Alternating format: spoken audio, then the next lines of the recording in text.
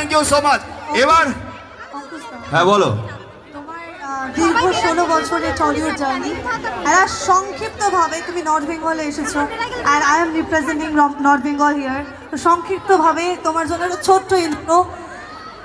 Presenting mister Ankush Hazra, যার প্রথম সিনেমায় ছিল কেল্লা ফতে, কিন্তু তারপরেও সে স্ট্রং খিলাড়ি হিসেবে তার প্রত্যেকটা মুভিতে ম্যাজিক দেখিয়ে গেছে।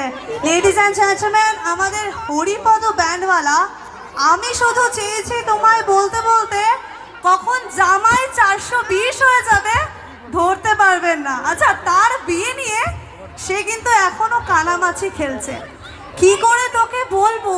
আর আমি যে খেয়ে তোমার, এটা বলতে বলতে এখনো তার বিবাহ অভিযান শেষ হচ্ছে না। সে যে লাভ ম্যারেজ করবে আমরা সবাই জানি, কিন্তু নারী চরিত্র বেজায় জটিল বলেই হয়তো বিয়েটা এখনো করে উঠতে পারছে না, তাই তো? ইয়েস, क्या बात, thank you Shahana. Welcome to north Bengal. Thank you, thank you. So proud. নারী চরিত্র বেজায় জটিল। 3 cheers, hip hip. Thank you very much. Thank you. এবার একটু পুরনো স্মৃতিতে ভাসি আমরা। আরে গান হোক, নাচ হোক, হবে সবার ফ্ল্যাশ লাইট অন চাই, ফ্ল্যাশ লাইট। লাইট গুলো এই কে চাই অঙ্কুশ দা?